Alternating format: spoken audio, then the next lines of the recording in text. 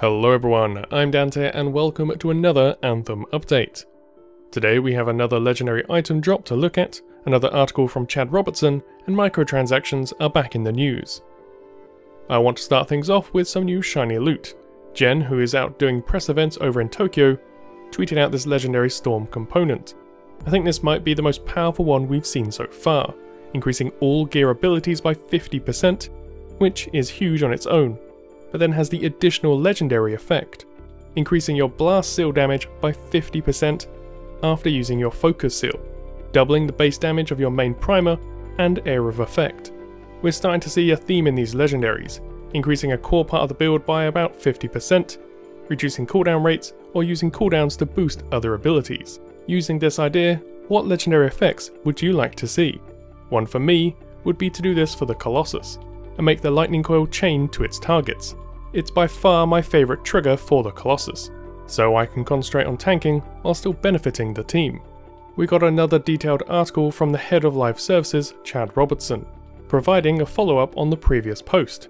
We've got a list of current issues being worked on: entitlement bugs, resolving rubber banding, infinite load screens, validation bugs and client service bugs. All things we heard about last time, but we got some more launch week specific action they're working on. These have all been fixed, but due to the demo being an older build, we won't get to see them.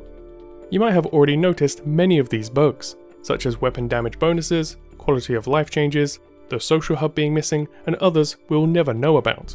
He even gave us some crazy stats. 9 million hours of Anthem were played, 1 million strongholds were completed, and 2 million grabbits were slaughtered. A staggering amount considering this was all within 2.5 days. The biggest takeaway from the whole article though is right at the end. On the last day of the open demo, this Sunday, something special is coming for everyone playing. Nice and cryptic.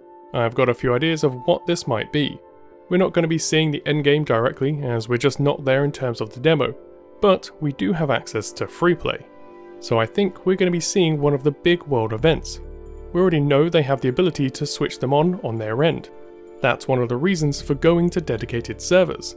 So I suspect we'll have some form of storm or cataclysm to really shake things up, and the introduction of a world boss, possibly a full Ash Titan, to remind us we're not as powerful as we think we are. And then we have somewhat of a controversy going on right now, when it comes to microtransactions of Anthem. As the spotlight has turned on Anthem over the weekend, an image that I shared in a video last week has gained some traction, with an idea of how much the premium currency shards will cost.